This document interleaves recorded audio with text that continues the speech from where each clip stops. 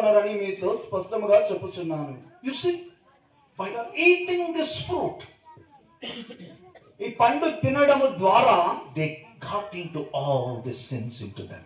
వారి జీవితంలోనికి ఇక్కడ కలిగిన ఈ పాపములన్నీ కూడా వారు పొందుకొనిన వారై ఉన్నారు. Till now what we read, ఇక్కడ మనం చదివిన విషయాలన్నీ కూడా మనకు స్పష్టంగా అర్థమవుతాయి. you check your life. ఒక్కసారి మీ జీవితాన్ని మీరు పరీక్షించుకోండి. Is not there in you. మరణించడానికి Amen. Amen. No one of us born here to die for the world. ఎవరు కూడా ఒక భారాన్ని పాపాన్ని కలిగిన వారై ఉన్నారు. We all have our goal. మనమందరం కూడా ఒక ప్రణాళిక కలిగి ఉన్నాం. But Jesus, అయితే యేసుక్రీస్తుల వారు when he is born, అయితే ఆయన జన్మించారు. his plan, his goal is only one thing, to die on the cross like a sinner. ఆయన ప్రణాళిక, ఆయన ఉద్దేశము యేసు ప్రభువు వారు జన్మించినప్పుడు కలిగినది ఒక్కటే, కేవలము పాపులైన మన కొరకు కల్వరి శిలువ మీద మరణించడం. Hallelujah. చెప్పబడి లేని మాట.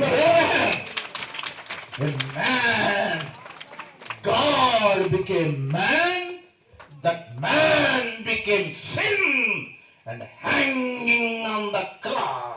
దేవుడు మానవుడిగా మారి భూలోకానికి వచ్చాడు. ఆ మానవుడు పాపిగా మారి శిలువ మీద వేలాడుతున్నాడు. In his birth there is no sin. ఆయన జననములో ఏ రకమైన పాపం లేదు. In his life there is no sin. ఆయన జీవితంలో ఎలాంటి పాపం లేదు.